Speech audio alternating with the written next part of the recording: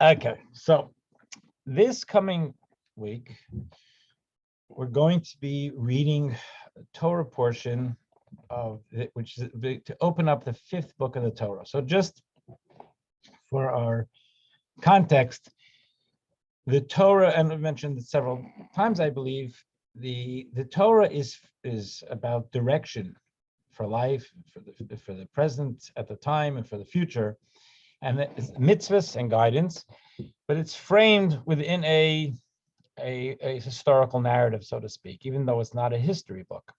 So it begins with creation of the universe. The second book of the Torah has us about almost 2,500 years, about 2,000 years, a little over 2,000 years into civilization, and the Jews are in Egypt.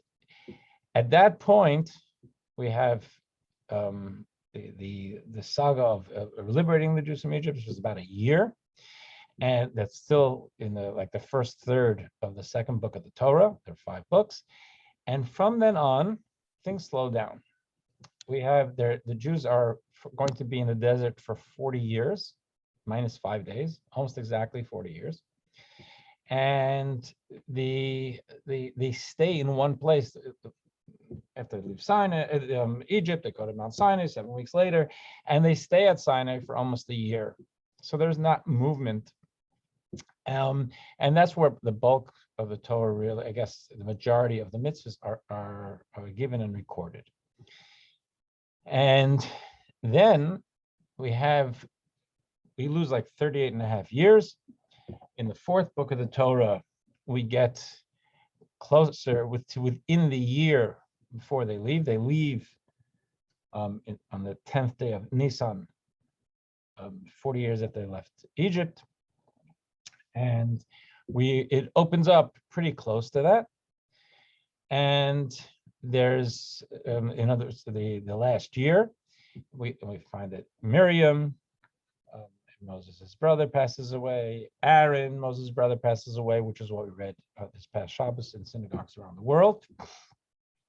And then, and that happened in the summer. They're going to leave, as I say, it'll be 5 days before Passover of the 40th year, 5 days before the anniversary of their leaving. So it's going to be in the spring. And now, yesterday, what we read was in the summer. So they're about 7 months out of their leaving. And then, but you see they're prepared to go. They're talking about the apportionment of the land. That's all what we read yesterday. And that closes the fourth book of the Torah. The fifth book of the Torah jumps about 6 months, and it's Moses talking to the Jews. And it's on it tells us the day of the month. It's the first day of the month we now call Shabbat, and which is what we have now. It's the 11th month, we would call it, if you start the first month being the month of Passover. So Moses is talking to the Jews. They are now roughly just over 2 months before going into Egypt, into Israel, and he knows he's going to pass away 5 weeks from now. So roughly 5 weeks. This is the first day of the month of Shabbat, and he's going to pass away on the 7th day of Adar. So it's a little over 5 weeks. And the whole context of the book changes. First of all, it's in the content of it. He's talking very blunt words to the Jews, because in leadership or in parenting, sometimes, anytime you want to be careful on how you guide, and you don't want to. If you want to give criticism, you want to have it as absorbable criticism. You want it to be, you don't want to distance someone. You want them to be able to have it in an appreciable way, in an effective way. When, as we've seen actually earlier in the Torah, when someone knows they're about to pass away, they can take off the silk gloves and they say it like it is. And Moses gets a little blunter with some of his criticisms, and he's going through 40 years, some mishaps of 40 years of the Jews, because they certainly made a bunch of mistakes in the 40 years in the desert, and he he calls them to task. He also encourages them. He also guides them. He's building them up and in a genuine way, and setting forth a path for the future. But he's also, for their own good, laying out where they've made mistakes. The one of the things that's as far as the content. Stylistically, things change, because in the first 4 books of the Torah, there's, I think, what we call the omnipotent narrator, or something like that, in writing, where it's a third-party narrator saying God spoke to Moses, Moses spoke to God, Moses spoke to Pharaoh, Pharaoh spoke to all the things. It's from a narrator on the sideline, so to speak, conceptually, just describing us what went on. The first book of the Torah, it's Moses speaking. In the 5th book of the Torah, Moses speaking first person. I did this and I did that. That narrator is now out of the picture. It's him talking to the Jewish people directly, and it's coming across that way. So the tense, the linguistic style changes, and there's, as you can imagine, there's significance to that. So I want to start with that, but I want to also mention that this coming Shabbos, because it's relevant to our conversation today, this coming Shabbos is not only the first reading of the book of Deuteronomy, the 5th book of the Torah, it's also a day we call Tisha B'Av. Tisha B'Av means the 9th day of Av. The 9th day of Av, Tisha B'Av, is what we will call, and I think it's fair to say, the saddest day of the Jewish calendar. It's a day when the first temple was destroyed. It's a day when the second temple was destroyed. And destruction of those temples, it wasn't just about buildings going down. It was about Jewish civilizations going down. A lot of death and suffering and destruction of Jewish commonwealths. And those are not the only 2 things that happened on Tisha B'Av. So we're in a period of time where there's definitely a sadness element. It's already started now. And it comes to a zenith on Tisha B'Av, which is a fast day. Now, when Tisha B'Av falls out on Shabbos we do not fast. And Shabbos, even if one is, God forbid, sitting Shiva, one's feelings are what one's feelings are if they're in the middle of Shiva, but there aren't any visible signs of Shiva. During the Shiva period, there's a certain way of behavior that does not apply to Shabbos, because there's no mourning, M-O-U, no mourning on Shabbos. And therefore, there's no mourning of a Tisha B'Av on Shabbos. And there's certainly no fasting on Shabbos. It's a mitzvah to eat on Shabbos and to enjoy oneself. So the fasting is bumped to Sunday. And that's why we will not be having a Zoom on Sunday, because it's going to be Tisha B'Av and the services and the stuff to do, and you're welcome to come here, but it won't be the opportunity for the Zoom. But so the fasting part and the open morning part of Tisha B'Av is going to be on the 10th day of Av, which is the coming Sunday. But the day, this coming Shabbos, when we read the first Torah portion of Deuteronomy, will actually be Tisha B'Av. And in every year, Dvarim, this Torah portion is either the Shabbos before Tisha B'Av, or it's on Tisha B'Av, and it's the Shabbos before the fasting of Tisha B'Av. Having said that, let's get first to look at this dynamic of Deuteronomy and how it's different, why it's different, what it teaches us. So I want to share the screen. And if we look at number 1, this is from the Talmud. The Talmud is comparing 2 different verses. It's not relevant it's to distract from the conversation right now. If you just talk about it, there's 2 different verses, one in the book of Leviticus and one in the book of Deuteronomy. So the Talmud says, one of those verses is in Leviticus, which Moshe pronounced them from the mouth of the Almighty. I mean, that's the English is off there, but Moshe pronounced from the mouth of the Almighty. In other words, God told Moses, and Moses told the Jews. That's the way it worked. The other verses in Deuteronomy, which Moses said on his own. So the Talmud seems to be saying, first of all, if you look at the language, as I mentioned before, it says, Moses is saying, I did this, you spoke to me. It's all in the first person.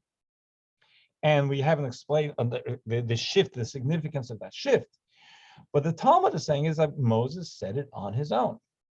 One could say that on the face of it, it means that the first 4 books of the Torah were, as they say, God's telling Moses, and Moses is doing this, and it's all a narration of what happened with God's interaction with the Jewish people and with Moses. And Moses is a big deal. We don't have really, if we don't have a faith in Moses' word, we don't have a Judaism, because a lot of it went through him. And I want to lay out there also that God, in the presence of the entire people at Mount Sinai, said, "You can trust Moses. I'm God. I'm in management, and I can tell you, you can be comfortable. Whatever Moses says is approved by me, or it's from me." So the faith in Moses is a foundation of our faith. In Maimonides' 13 Principles of Faith, faith in Moses, the veracity of Moses' word is critical. He's not God, he's a human being, but he was a very important piece of the formation of Judaism and a bedrock of the things we believe in and how we behave. So the first 4 books seems pretty clear. God's talking to Moses and we trust Moses, and Moses is telling us, or we heard it directly from God, whatever is going on. The 5th book, the Talmud seems to be saying, Moses said it on his own. He was a great guy. He's a lot smarter than me, and he spoke to God, but it seems to be coming from his, almost you could say it's his own ideas. That is a thought that the Talmud does not accept. Talmudic thinking does not accept it. Rashi on the spot says on his own, he said it on his own with the divine spirit. So Rashi, the primary commentary in the Torah, steps in right away and says, before you let your minds go too far, it doesn't mean that Moses got up in the morning and said, "Hey, I got an idea, and I'm going to tell it to the Jews, and they're going to have to deal with it for posterity." It was whatever he said is with the divine spirit. In other words, he was guided by God, so we can trust him. That's number one. Now, if we say with something, the Torah tells us before, as Moses is passing away, the Torah tells us no prophet arose again like Moshe. So Moses is someone who was top of the heap prophet, literally, and here's something shifted where it's on his own. He said it with the divine spirit, but it cannot mean that on his own means on his own, because as Maimonides writes, there are individuals who are considered as denying the Torah. In Torah law, there is the idea of someone who denies the Torah. So, for example, if someone is very knowledgeable in Jewish law, but they don't believe in God, they cannot serve as a judge in a Jewish court of law, because they don't accept the source of the law. So there's an idea of the denying the Torah. One of them is one who says Torah, even one verse or one word, is not from God. If he or she says Moses made these statements independently, he is denying the Torah. That's a very big deal, where it's saying that we cannot. The very idea, and Maimonides is Talmudist par excellence, and he's distilling Talmudic thought and law for our laws. Clearly, he said the idea that Moses said it on his own is impossible in our faith system. We don't believe that it's on his own. Say it was something that was divinely inspired. We said the divine spirit. But what's the difference?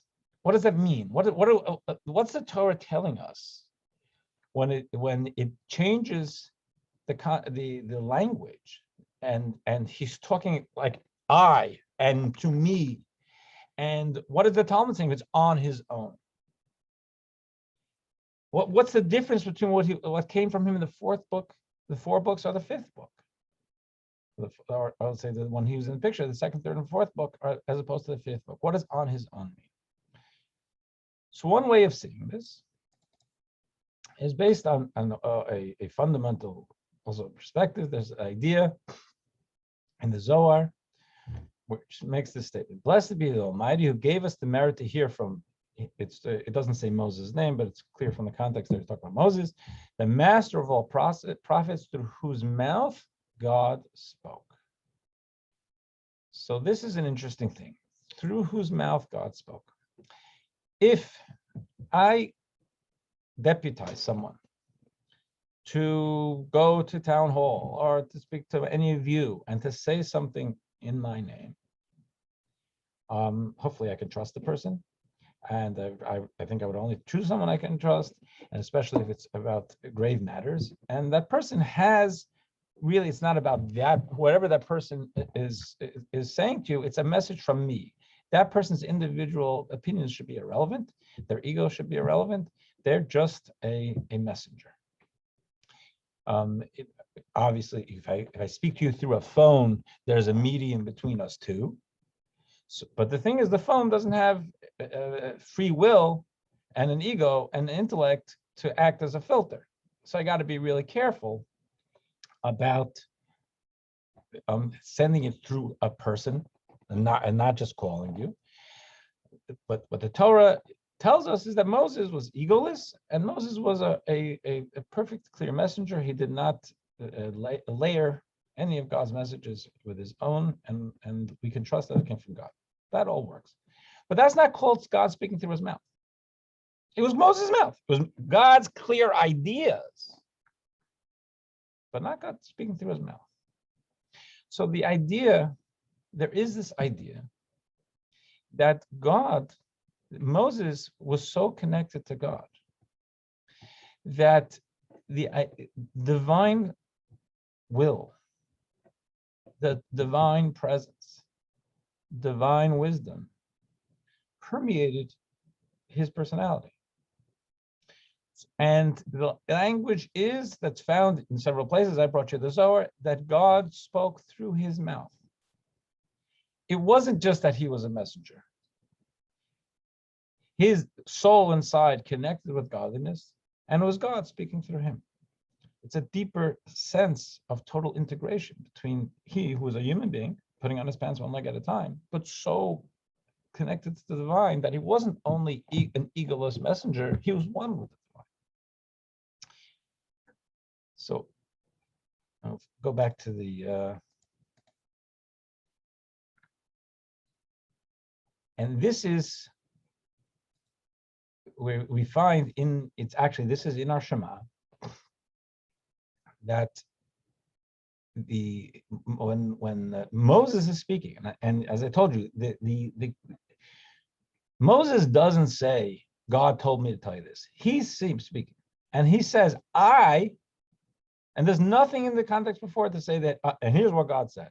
Moses says, I will give the rain of your land at its time. It sounds like he's going to bring the rain. Moses doesn't bring the rain. And I will give grass in your field for your livestock, and you will be sated. That doesn't work. It's not him. It's clearly not Moses is doing this. So why is Moses speaking in the first person about bringing rain and giving grass in the field? That's God.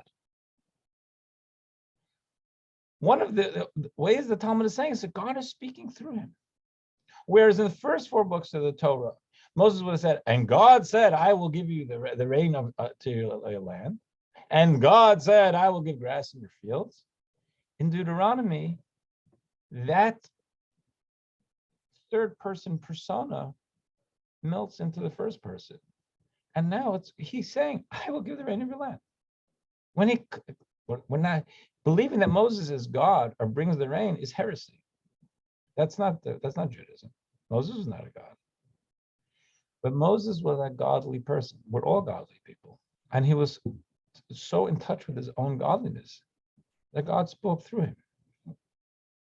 Now, in general, as you hear from Rashi, we say Moses was God's representative to say, God told me such and such. That's the way we see Moses as God's representative. And he was a loyal representative. He was a trustworthy representative. Yet there is this idea from the Zohar and from the Torah itself that starts to be activated in the book of Deuteronomy, where the integration is much more full-bodied, so to speak. All the pistons of godliness are firing. It's godliness has taken over his personality. And to the extent that Moses is saying in the first person, I'm bringing rain to your land. So this is something that is a very critical part of Torah thinking, which is that everything Moses says comes from God. It's either as a loyal representative, or it's God speaking through him.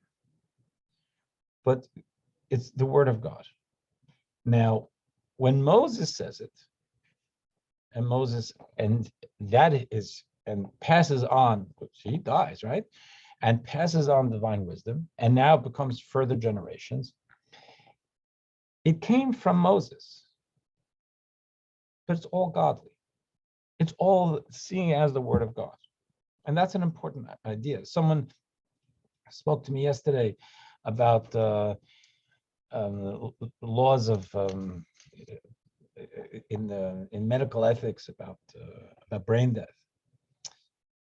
And there's still a debate amongst halachic authorities about the status of brain death and where it fits in.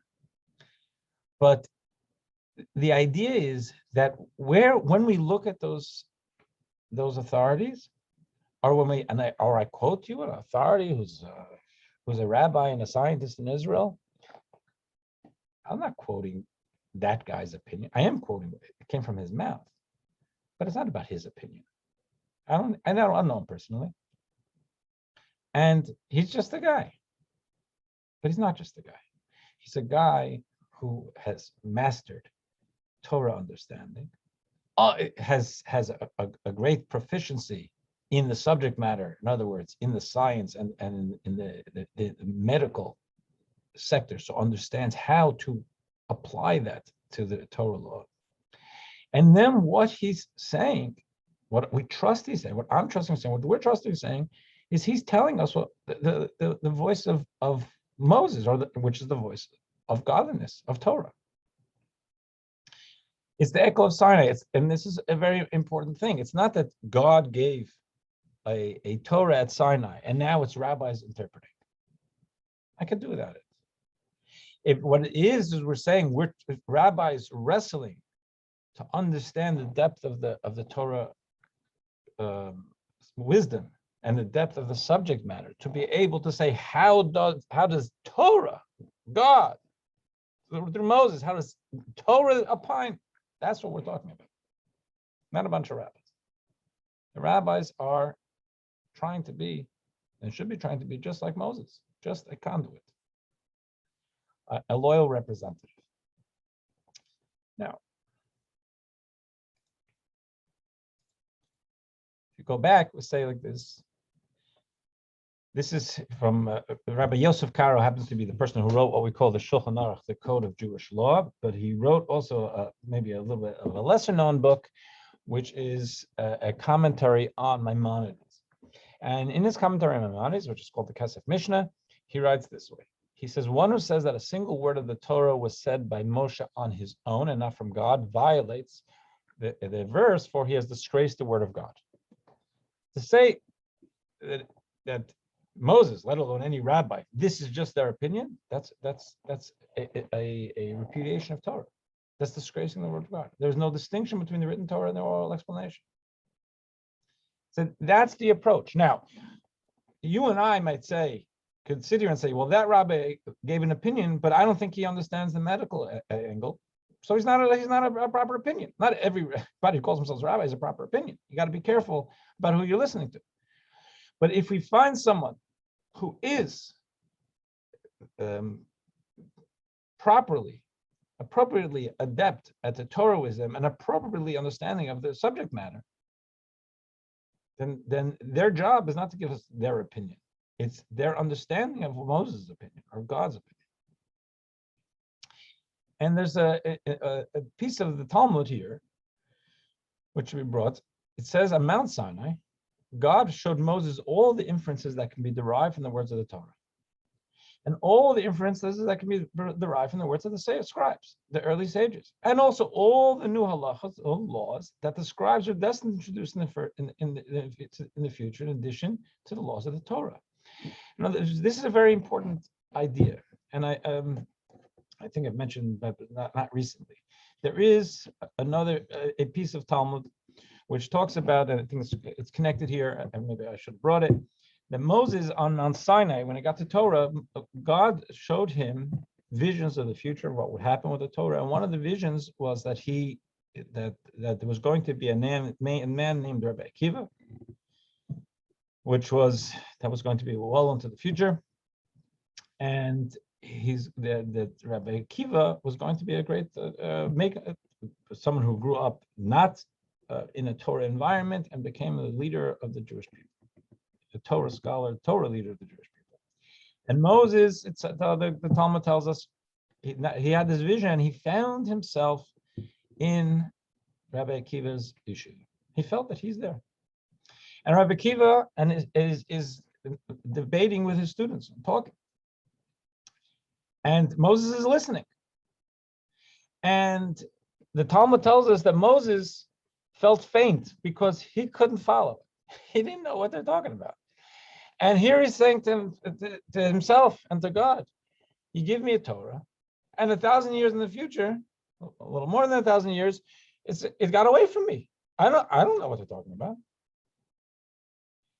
And as he's following the debate between Rabbi Akiva and his students, Rabbi Akiva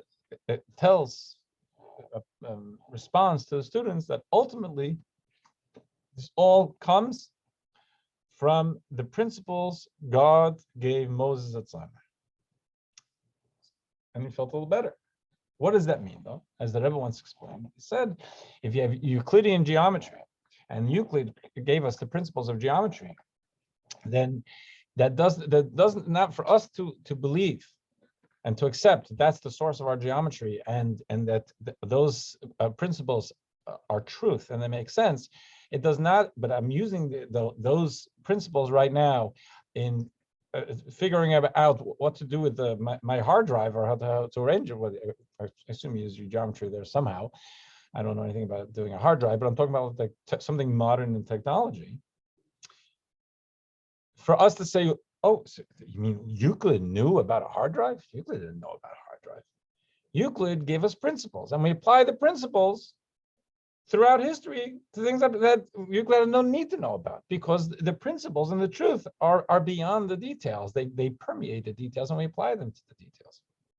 Similarly, here in the number 9 is God showed Moses the things that can be unpacked from the Torah. How the unpacking would be, where it would be applied. No one believes Moses knew about I don't think knew about an EKG or an EEG, or knew about an iPhone. Why would I have to think that? But if there's something, there's a halachic question about it, and we have to delve into it.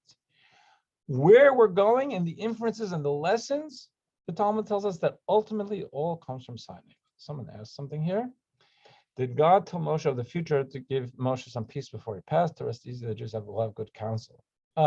That's a great question. I think that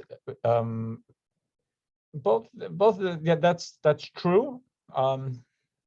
He wanted to show him about where this is going, and to understand that the gravity of what was going to happen, and I think also to give him some peace that was going to be ultimately in good hands. And because always when you give something over to people with flaws and egos and game of telephone, it's not easy to trust that it's going to end up the way you started it. And here God is showing, don't worry about it, it'll be.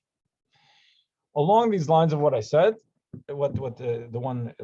this piece of Talmud, which is in the Babylonian Talmud, number 9, number 10, the Jerusalem Talmud writes very clearly, whatever a conscientious student is destined to innovate was already given to Moses at Sinai. So this is really a Talmudic axiom that our study and our Torah, and we delve into it, and we debate it, and we argue about it. The Talmud's full of arguments. I mean, that's what it's all about. Ultimately, my perspective, your perspective, they're legitimate perspectives of what? Legitimate perspectives of what does the Torah want of us? If it's about my perspective on what should be right, and your perspective on what should be right, that's not a Torah discussion. It's an personal discussion.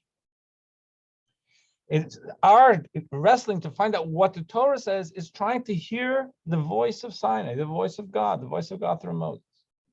And what the Talmud is saying, when we approach it properly, a conscientious student, we're uncovering something that we've uncovered. But what we've uncovered is Moses' thought. It's the Torah ideas. It's what God already told Moses at Sinai. Now, having said that, so what is that? Why did the fifth book of the Torah have to be that way? There's a shift. Moses has been doing fine as the representative of God, loyal representative of God. Torah is doing fine, being written by as a narrator. Why do we shift to this idea of Moses saying, I and you, what's up to me, God speaking through him, as the Zohar puts it? This, as great and holy as he was, but seemed to be this deeper and more wholesome integration of godliness into his personality. So the Rebbe offered this perspective, which is, this was about Moses preparing the Jews for going into Israel. Right? It's 5 weeks before, and he's the whole book of Deuteronomy is all with that focus, that they're going to Israel. It's going to be a new life. The new life is going to be really a double-edged sword, I guess we can call it. On the one hand, this is the promised land. On the one hand, we said the spies said when they looked at it, they said the loyal spies, when they went to check it out, they said this is a very, very good land. Very, very good land. They were not only talking about the topography and the fruits, they were talking about the spirituality, the holiness, the caliber of the land, of the life they could lead there. It was going to be beautiful, it was going to be powerful. So they're reaching a spiritual zenith. At the same time, that all of a sudden they're becoming very, very human. They're going after 40 years of living on manna, clouds of glory, divine protection, a miraculous well from Miriam of water. Now they go into Israel, they're going to have to find their own water. The miracle of Miriam is going to bring you water. They're going to have to go out and get their own breakfast, harvest and make it and cook it. They're not going to get manna in front of their houses. They're going to have to actually build houses. They're going to have to build a society. They're going to they're engaging the human world as much as they were physical bodies and human beings in the desert. They were human beings living a very spiritualized life. It was an absolute, those 40 years were an outlier in history. When did we ever have that? That all our physical needs are taken care of and we can devote ourselves to meditating on the divine, on the Torah that we just got. No, life is that now is about, that in the world is about worrying about our own safety, our own security, our own sustenance, our own health, taking care of ourselves, and finding time to pray, and finding time to study, and finding time to pursue godliness and a meaningful life. But it's not handed to us on a silver platter that way. So they're given this challenge he's preparing them for the challenge. God's preparing them for the challenge that they're going to be able to reach deeper levels of holiness in Israel than they were in the desert. Because life is about engaging the physical world. That's what God wanted. God did not, when God wanted the world to exist, didn't say, I want a world where people are going to be living from manna. are living in if you take a look, we say in number 11, God created a dwelling place for himself in the lower realms. We've spoken about that. This is the Medrash. This is a very, in Chabad thinking, this is a fundamental backbone of Torah thinking, is that the languages God craved, and we know a craving strikes very deeply within our personality, and God had this desire which we can't understand, just like we can't understand the craving, but we just know what it is, that God wanted us to engage a lower world. What's a lower world? It doesn't feel spiritual. It feels like Main Street. It feels like Wall Street. It feels like my job. It feels like, and it's sometimes it's not pleasant. Sometimes it's not easy.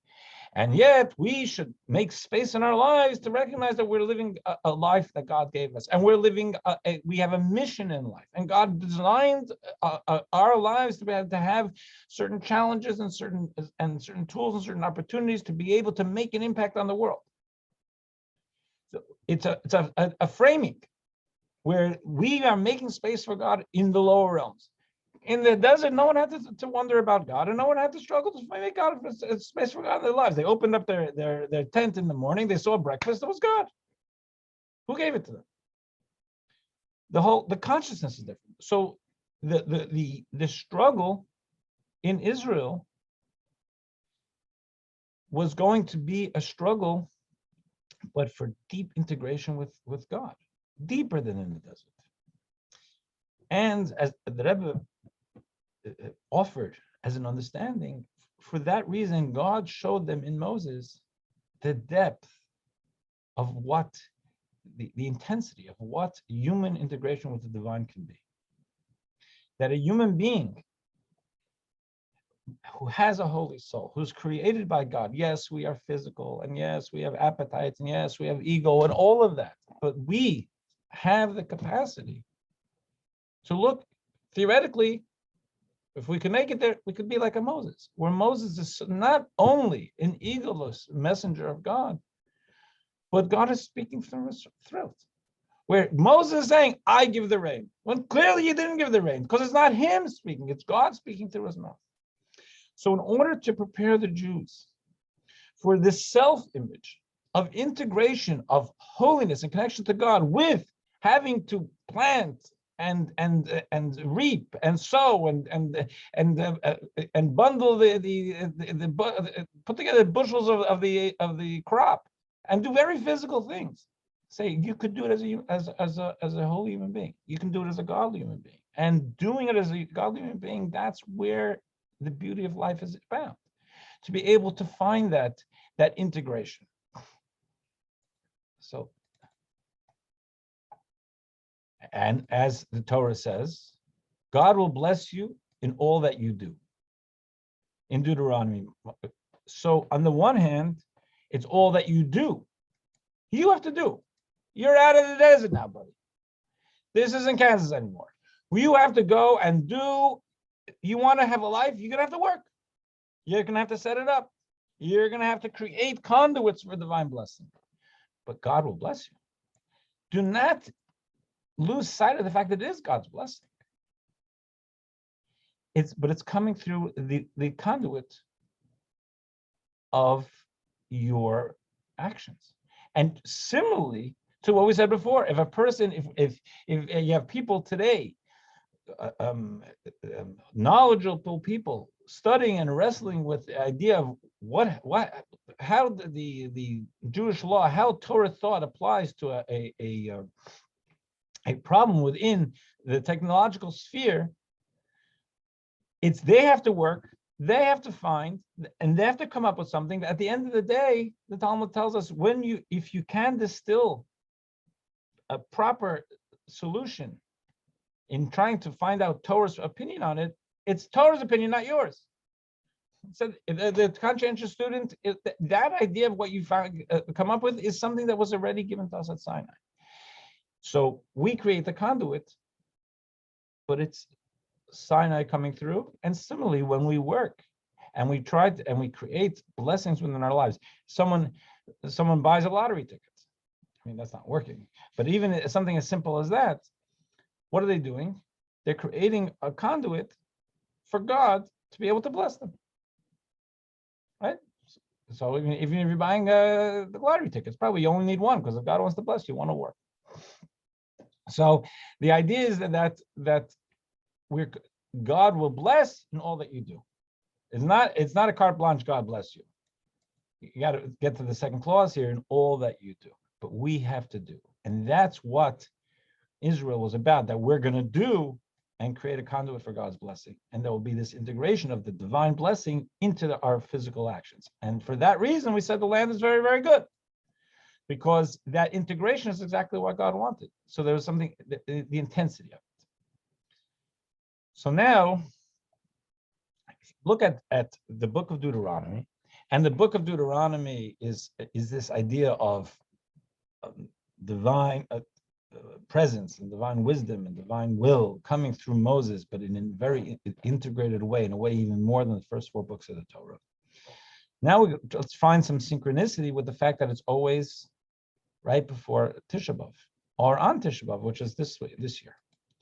So this is a quote from the third Lubavitcher Rebbe, Menachem Mendel Lubavitch. He wrote a piece here about actually the Tisha B'Av experience, but he's talking about the Shabbos during this mourning period, because we're in the middle of a 9-day mourning period, which started on Friday. And so there's, many of us, we don't eat meat, we don't make weddings, don't listen to music. It says the Shabbos experience in these weeks of mourning is very lofty. So for some, I think, Shabbos in a mourning period, it's what? You can't fast and you can't mourn, but it's in the middle of the mourning period. It's the middle of Shiva. So here he says not so much, it's not addressing Shiva, it's middle of the morning period. He says it's an extra special Shabbos. In middle of this morning period, Shabbos becomes even more special. Talking about yesterday, talking about this coming Shabbos, which is actually Tisha, and reflects the idea of Hashem providing preventative medicine. There is an idea in the Talmud, which I could have brought for you, I didn't. The end of the Talmud is, just talk about this preventative medicine for a second, that God provides the medicine, the healing, before the illness. We can call it, in our human terms, preventative medicine. That if someone gets ill, God forbid, and now medicine has, doctors, nurses have been able to heal him or her, that's wonderful. Usually, one would say there's always something residual. We're as good as new, but the reality is something not good went on there. Doing something preventative means you never have to deal with the illness, which is great. Part of that is God, because the language is used in the Torah, that God says, I will not bring you illness to begin with. Part of the idea is that when God heals, God can heal in a way where there's nothing residual, as though it never happened, although it did. I don't know if modern medicine can do that much. So here, with the language of what he's talking about, he says, Shabbos reflects the idea of Hashem providing preventative medicine, where the illness isn't only healed, sometimes with residual impact, but rather with preventative medicine, even if it's not preventative, but after the fact, so the illness has no place at all. If that's the case, so he says, a Shabbos in the period of mourning lifts us totally beyond the damage. So this is something that's a Torah idea, that Shabbos, our connection with God. And if you look at it, look at the Lechadodi that we say Friday nights, which are around the world, speaks about almost like a phoenix arising from the ashes. Our best selves coming to the fore. Our relationships we can visualize in their purest form.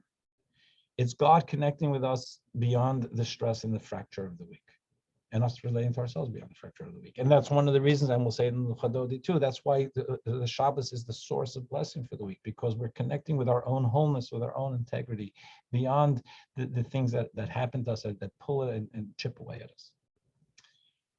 So what I would offer here is that and I often tell to people when they're on the Shabbos of Shiva, and obviously the Shabbos of Shiva they're in the middle of mourning, and how they feel, they feel the loss. They're not going to stop feeling the loss. I don't think, from what anybody has told me, because it's Shabbos. But they don't. There aren't the mechanisms to make them to make them express the mourning, to bring out the grief, or to guide the grief, which are the sitting low and all the things we do. There's a story from about one of the great Rebbes of Poland, the Gerer Rebbe, who came to Israel. He made it out. He lost his entire family, and there was in the time after coming to Israel, one of his disciples from Europe, who also made it through the destruction, but had lost everything, his family. He came to the Rebbe. They met on the other side. First time they met. And he looked at the Rebbe and started to cry. He said, Rebbe, how can we go forward? After what we saw, after what we experienced, how can we go on? And the story is told, the Gerer Rebbe started to gush tears, human tears, Rebbe tears, holy tears. And he said to this disciple of his that in the book of Deuteronomy, in a few weeks we'll read that Moses goes over relay reviews for the Jewish people about what happened when he came down with the tablets from Mount Sinai and he saw the golden calf. And he says, the scripture says there, he says, and I grabbed the tablets and I broke them before your eyes. That's what the Torah says. So the Gerer Rebbe says to his disciple, his chassid, he said, I broke them. What do you mean I broke them before your eyes? And if you broke them behind my back, you broke them. That was the point. That was such a horrible situation because you made a golden calf. I took these holy, holy tablets, divinely constructed tablets, and I broke them. So the Gerer Rebbe said through the tears, Moses was telling the Jews that the tablets in their core are always whole. And they're still whole.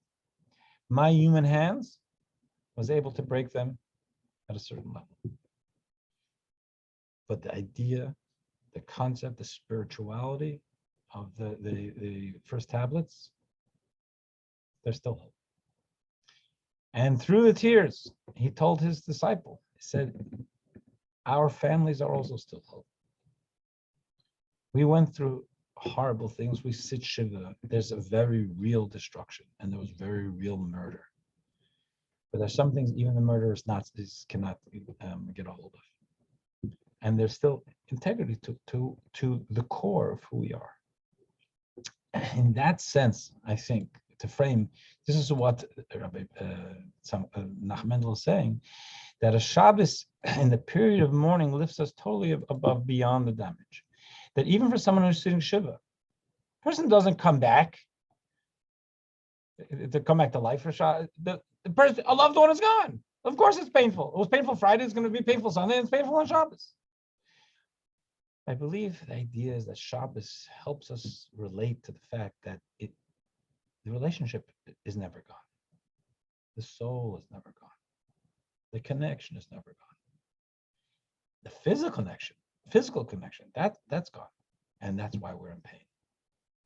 But on Shabbos, we're relating to it at a higher level. Similarly, what Mendy, known as the Tzemach Tzedek, what he was writing this in the 1800s, he's writing that Shabbos of Tisha B'Av, our Shabbos before Tisha B'Av, we can relate. We have the ability to relate to ourselves, God, our people, our civilization, beyond the destruction. Similar, really, if you look at, if those you're familiar with Chadodi, Friday nights, it's arising from the destruction, shaking off the destruction. So this is a Shabbos idea. So imagine a Shabbos idea at the zenith of our sorrow, And Shabbos is able to lift us above it. And he brings an example here from the Jerusalem Talmud. One of the things that, the Babylonian Talmud writes to us that when the snake seduced Adam and Eve to eat from the tree of knowledge, it infected them and their descendants. So there was a certain putrefaction, spiritual pollution that we all inherited from Adam and Eve because we're their children. But then the Talmud says something else. The Jerusalem Talmud says something else. Let me just say it, and then we'll look inside. Jerusalem Talmud indicates God creates the world in 6 days. 7th day is Shabbos. 6 days when Adam and Eve are created. We don't have until Wednesday, we don't have the idea of a sun and a moon. But we knew, but the first day there's already light. So there's a light. It's before the whole world is set up. The architecture is not all finished, but the world has light. That is divine light. And then we shift into natural light. Sun, moon, day, night, darkness, light. But there's the divine light with us, even nighttime. It's even after there's a sun and the moon, there's, because it says there was a night and day, there was evening and morning, but there was a divine light. Then Adam and Eve are created the 6th day, and within a few hours they eat of the tree of knowledge. 3 hours before Shabbos, we're told. Friday afternoon. It's horrible. They know already as Shabbos sets in, they know that they've messed up big time, and they're gonna be expelled from the garden. But they're not expelled yet. Shabbos, they go through Shabbos, they're expelled after Shabbos. Not only that, we're told that and I could have brought the Medrash, I didn't, that when Adam and Eve, the first Saturday night, when darkness set in, they were scared. It's dark. Because the world had not been dark yet. There was this divine light. Even Friday night, after the sin, and a whole Shabbos, they have the benefit of divine light. Shabbos is over. Now it's a new world. Darkness sets in. And the Medrash tells us that Adam took 2 stones, and flint stones, and he rubbed them together. He produced fire. And that's one of the things we remember every Saturday night when we light fire. For the Havdalah ceremony, the first person to light fire on a Saturday night was Adam, because there was darkness in the world. Why wasn't there darkness in the world Friday night? It was after the sin. The godliness is expelled. That's the putrefaction. That's the pollution in the world. Friday night should have already been a problem. So the Jerusalem Talmud tells us the sin brought darkness to the world, but only after Shabbos. The original light of Eden shone for the next 36 hours until the end of Shabbos. It's a very powerful idea that Shabbos, this was sin. It was disconnect from godliness. It was spiritual pollution. It was Friday afternoon. It changed history. But it didn't change Shabbos. Shabbos was even Adam and Eve being beyond the sin, being beyond the mistake, the world being beyond the mistake. It was the people and the world in a more idealized state that they could experience and take strength from that to bring blessing to the week ahead. And started off there. So what the Tzemach Tzedek, Rabbi, that our third Lubavitcher is saying here is that's what this coming Shabbos is going to be. It's Tisha B'Av. For sure it's Tisha B'Av. But Tisha B'Av, Shabbos is beyond Tisha B'Av. It was like many of the things through history, we created our own problems for Tisha B'Av. The Babylonians were only able to get us because we weakened ourselves. They made a horrible decision. They were disgusting and murderers. But we opened ourselves up to it. And the Romans too, with the second temple. So Tisha B'Av is a time for us to think about our own. What are we bringing to the dance? What people do to me, they do to me, that's their decision. But what am I doing? How can I improve my life? How can I improve my connection with myself, with my people, with my religion, with my God, my loved ones? It's a time for introspection. Shabbos of Tisha B'Av, what's it going to be this week? We are not thinking of our own destruction. We're seeing our own idealized state and recognizing that perseveres through the destruction.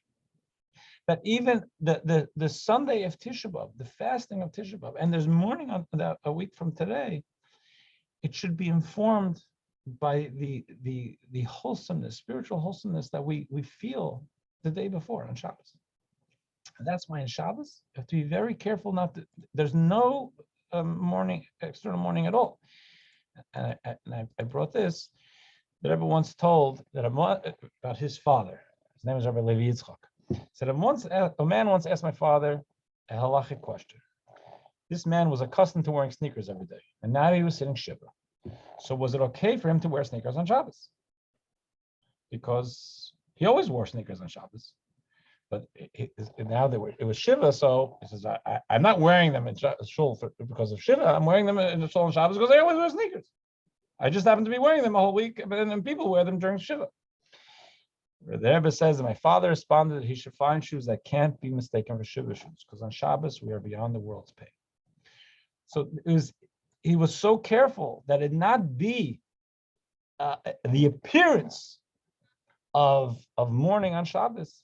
He said, even though you wear sneakers every day, nothing to do with mourning, don't wear them on Shabbos when you're in the middle of Shiva. Because people who don't know you, if they see you on a regular Shabbos in sneakers, it's okay. So you wear sneakers on Shabbos. But if they know you're sitting Shiva, and they don't recognize that that's something you do every week, and now you're wearing sneakers and shul, they're going to think that you're sitting Shiva on Shabbos. And even though maybe not be the easiest thing, find other shoes. And to cap it off, brought to you from Isaiah. Isaiah writes, I will thank you, God, for you drove me away. Drove me away means us going into exile. We don't thank God for that. Well, but we do. The idea is, Isaiah here is talking about when Mashiach comes. When Mashiach comes, we're going to see the strength and the benefits that we have accrued as a people and as individuals through all the sufferings we've had. We hope for Mashiach. We're not looking for troubles. We're not looking for these types of lessons and exercises of strengthening. But they're there. We can grow through all this. So I'll leave this here. If there are any questions, that's not. Wish you a good week. Thank you, Rabbi. Very well. Have a good one. Rabbi, thank you. Thank you. Thank you.